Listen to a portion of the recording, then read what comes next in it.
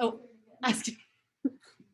So what, Amanda, can you tell me what is a special about a rhombus?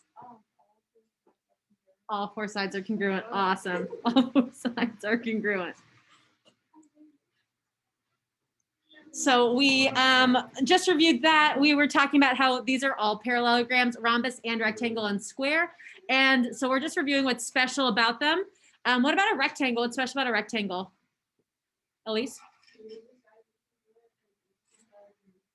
That's true. What else? I want more. Maggie? Are you sure? Maggie's getting stage fright. Charlie? They all have right angles. This one has all four angles are congruent, which they're all right. You might want to write that down too.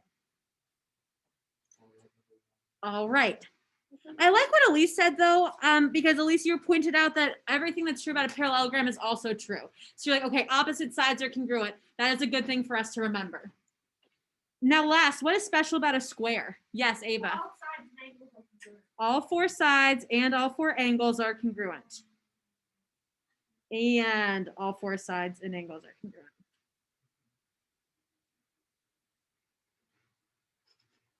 And so I'm drawing this all in my picture because every time I see these figures, I should be kind of drawing these things, showing that all my sides are congruent, showing all my angles are congruent, etc.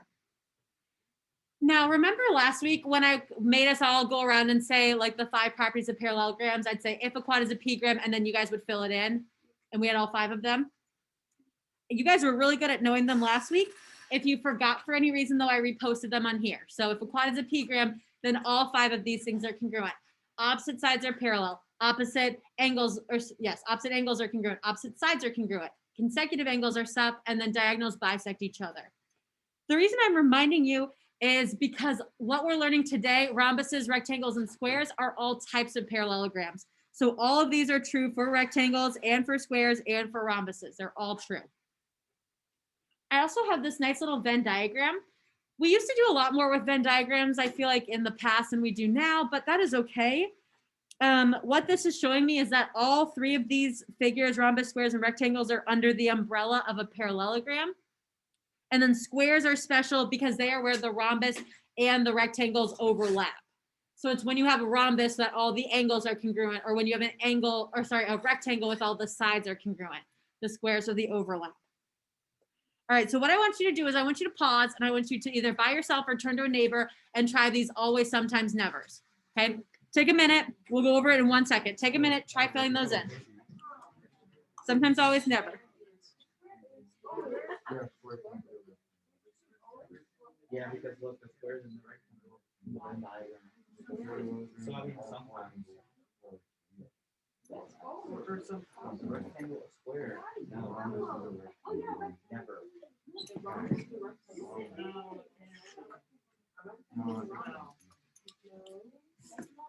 Wait. Nope.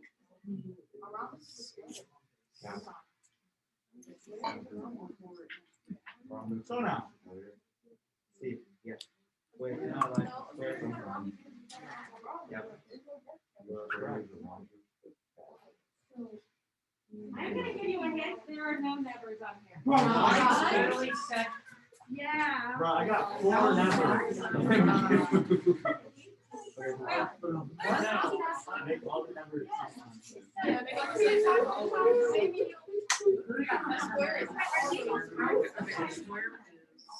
No, you got If you put okay, refresh. Squares or rectangles?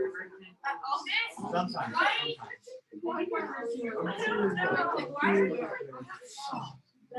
Never. Sometimes here. Oh, wait, I brought this to there's no doubt.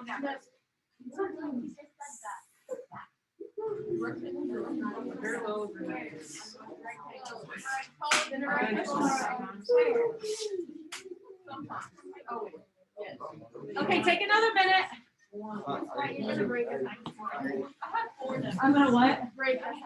No, I'm not gonna break. You guys are gonna break.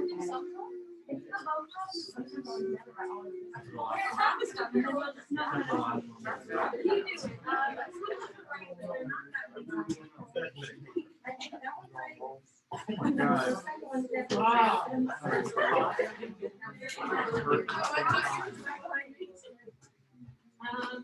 First one's wrong.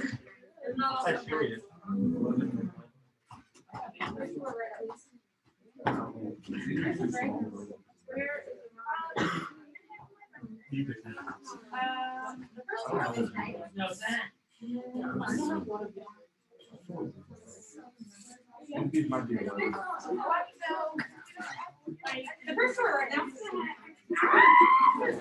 All right, let's stop. Let's stop guessing. Let's come all together. Bring it all together. All right. I told you there were no nevers. I'm going to give you an example of a never in a second, but for right now, there were no nevers, okay? I want you to think back to the Venn diagram.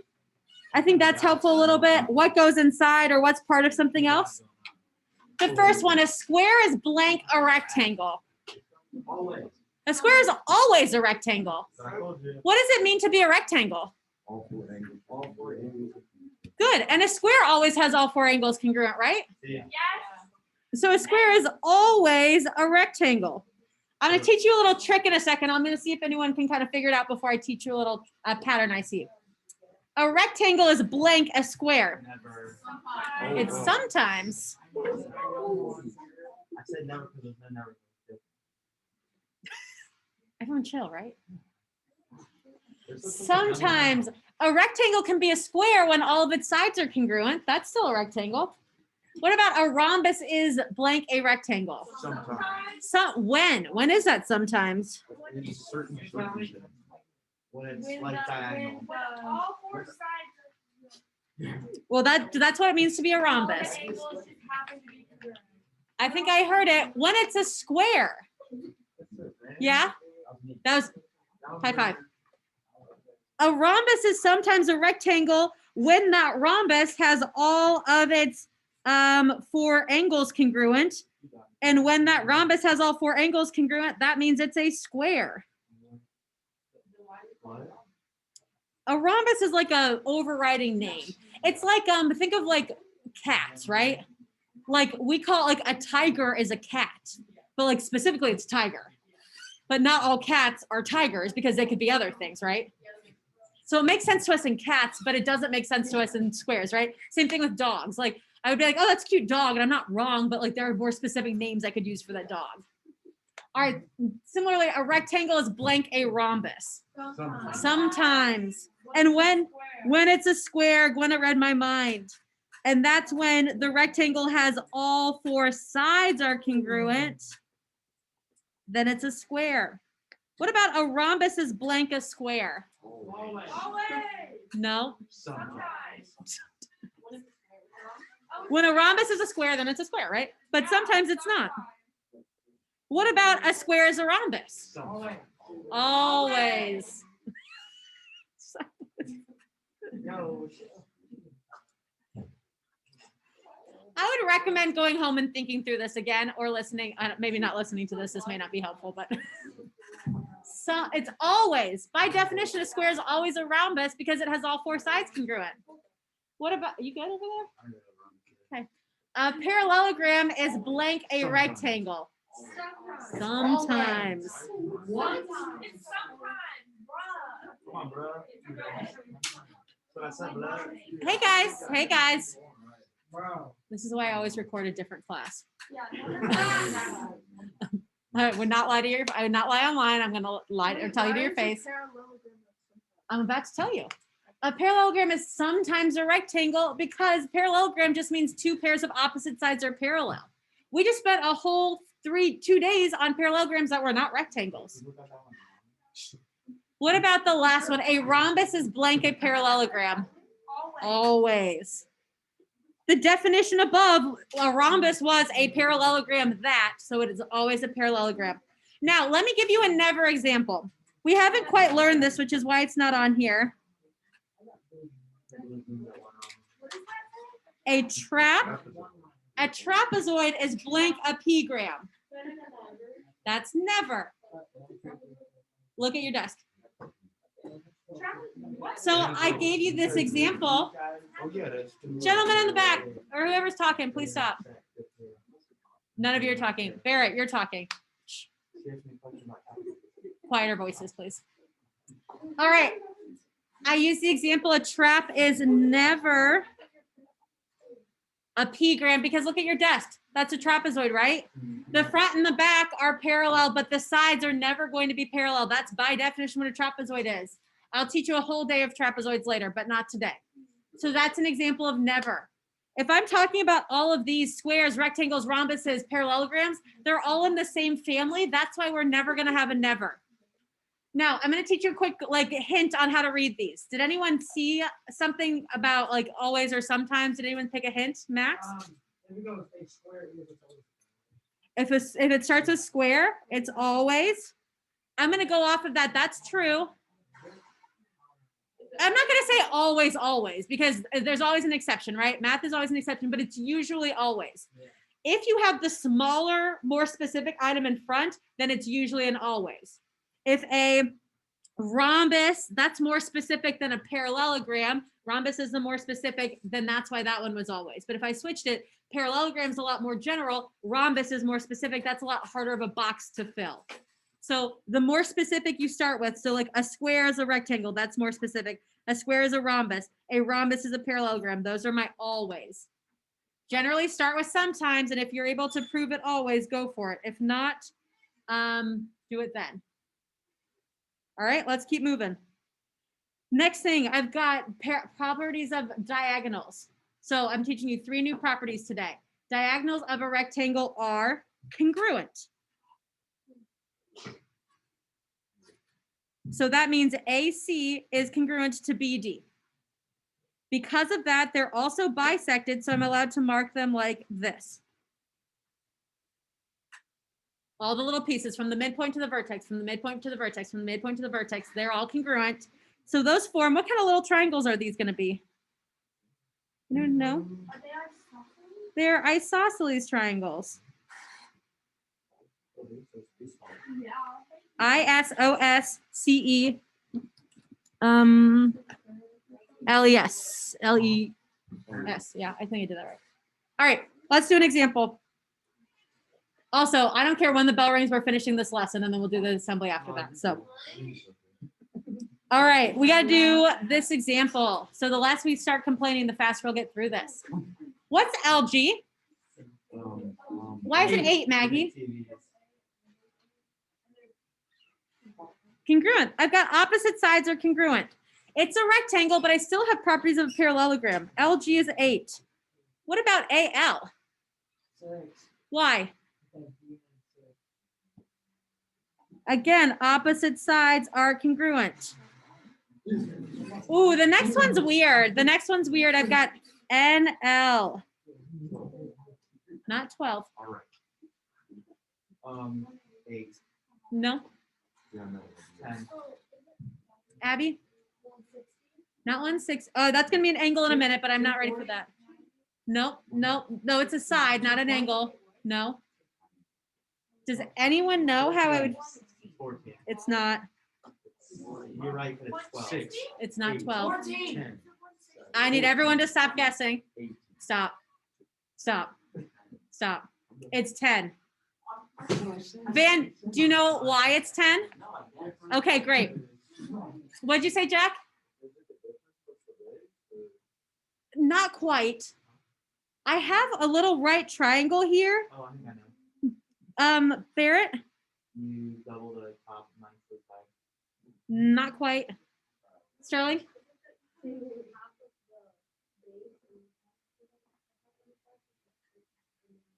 Not quite.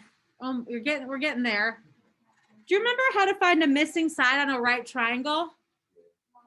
Has anyone heard of Pythagorean theorem? A squared plus B squared plus C squared.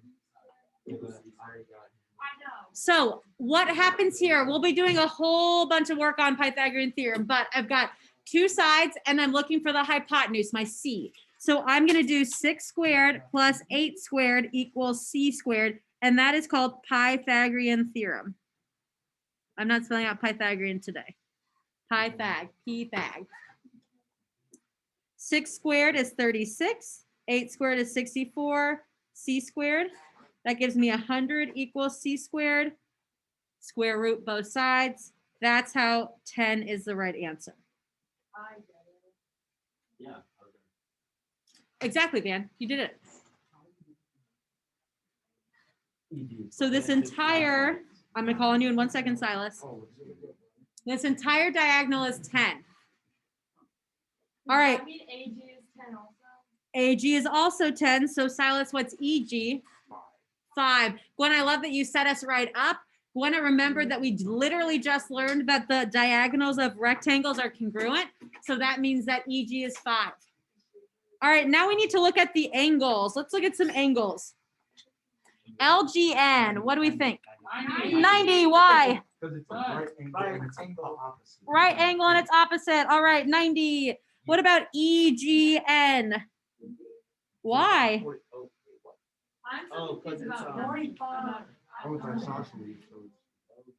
LGN is this angle right here, Yes. 90 degrees. What's EGN? Maddie, why is it 80? I'm gonna go with 45. 45. It's 80, and Maddie's telling me why it's 80. Like I know, but I can't. Oh, the other one there. I know because You said that's something important a minute ago. Maybe not. I don't know. You just said alternate interior. These Yeah. guys are alternate interior. Yeah, so And then what? How do I know that this one up here is also 80? And that makes it a what kind of triangle? I heard it isosceles triangle. Well, I thought you said that. Maybe somebody else said that. that wasn't me. I had a different thinking. Well, how'd you think about it, Barrett? Well, I think it's symmetrical.org. Um, So it has to be 80. Because it's bisected, like the middle. Right? Are you thinking vertical angles? Well, in my head, I cut it in half. Uh-huh. And then if you flip it, then it has to be 80. Okay, so you, sure. I don't know exactly how to describe what you thought, but that's fine. So we have 80 over there in the corner. I think the easiest way is to think about alternate interiors and my isosceles triangle. Does anyone have any questions on how we got 80? Silas. So you say that LGN is 90. I'm really confused because This is not on scale. It's not drawn to scale. yeah. Oh, But it's a rectangle. And rectangles are rectangles. Yeah, the angles, aren't all the angles congruent? all of the like big angles are congruent. But like see, EGN is like this part. So we're not including this part. Yeah. All right, you good now? Gwen, a question? Answer? Yeah, for one age, right? We can go to H. What's H gonna be? 10. Ava. Ava.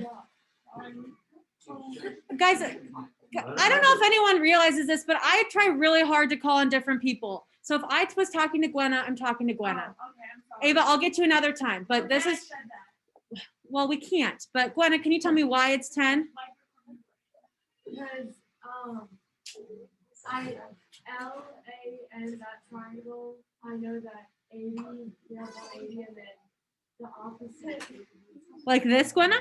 Yeah. Okay. So then I know that LGN is 90 Uh-huh. and that LA is the opposite of that. So then 90 plus 80 is 170 and then 180 Is 10. Good. All right, so we have 10 right here. Guys, we are learning until I'm over this. So we are still going. Ava, do you have a question? Yes, but can I finish with what I'm thinking about? So what Gwenna was doing, and you can think of this a couple different ways. I can think of this angle right here is 90. So I know that 80 plus something equals that.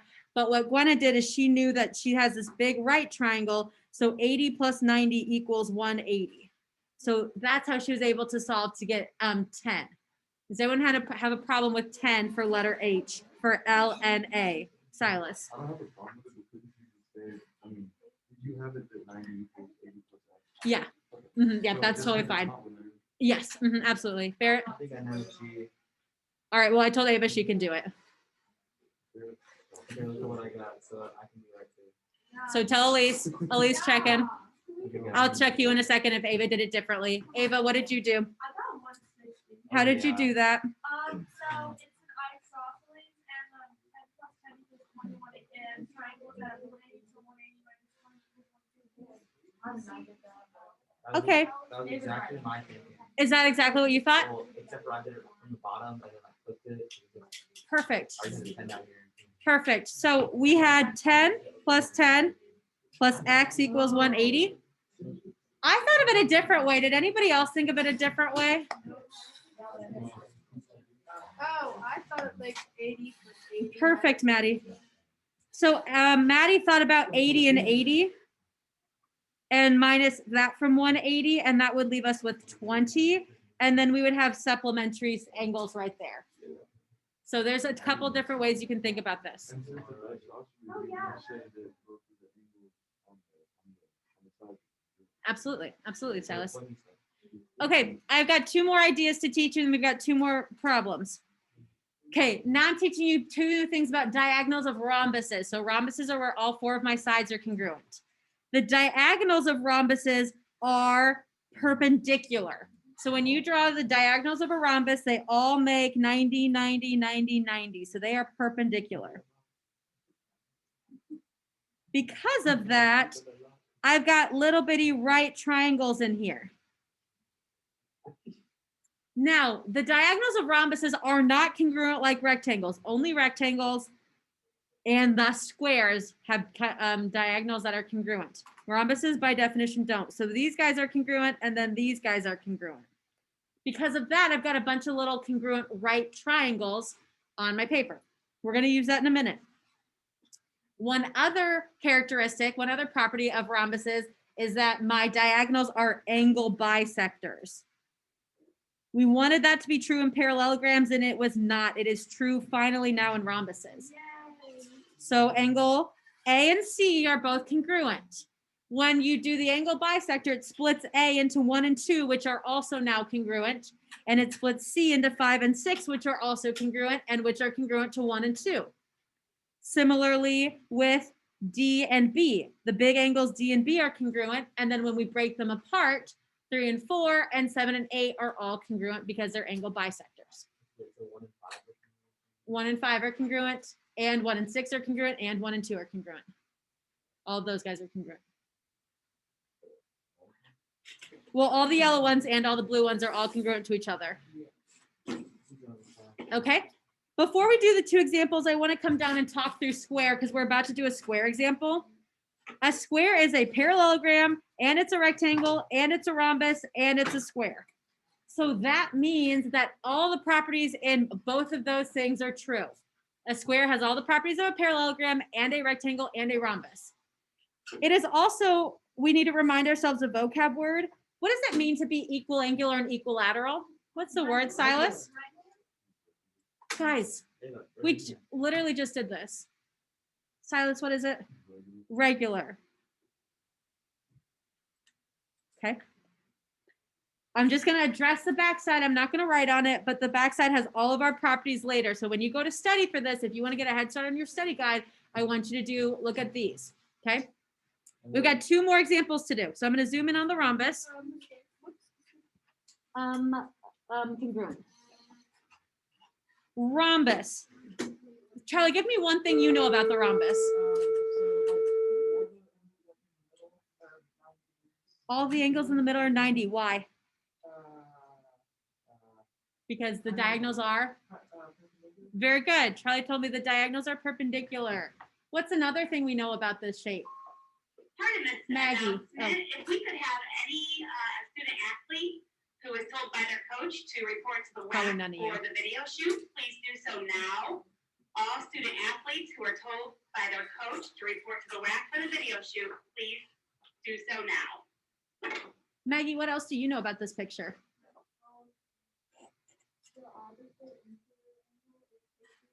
Good.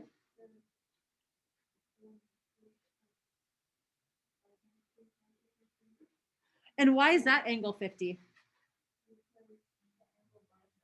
Good. And then what else can I write here while you're still talking, Maggie? What's one other thing you can write? The other one's 50. All 4 of those angles are 50 because they're alternate and they are congruent. Yeah, Barrett. 90 plus 50 is 130, so the other, wait, 140, so the other angles are all 40. Very good.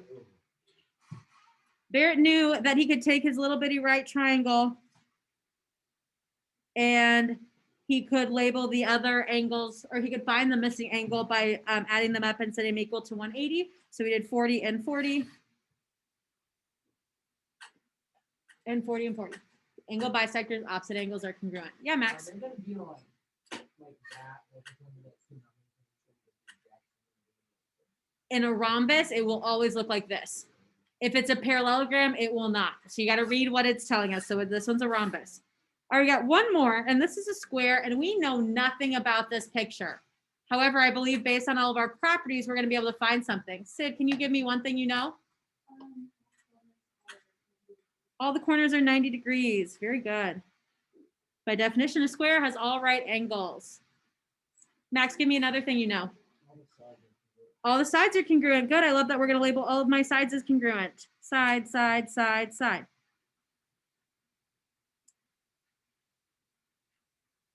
Silas, what's another thing you know? You do the box in the middle. Yeah. Why are you allowed to do the angle bisect, or the, not the box, the perpendiculars in the middle? Because bisectors create. I don't know if that's is that a valid reason? Kind of. Why do you know that in a square you're allowed to have diagonals that are perpendicular? Rhombus. Because it's a rhombus, I can do that in a square. So you're right. Charlie, give me another thing. so if you have like 90 and all the corners, if you like split it up into 45. Yeah, why? Because they're bisected. Angle bisectors. So angle bisectors, I'm allowed to label all those as 45. Good, and then there's one more thing I want to label. You want to think of one other thing I might want to label here? Maggie? I don't have to do that, but I could. That was not what I was thinking, but I can label parallel. Parallel, parallel, parallel, parallel, parallel, parallel. One other thing I was thinking.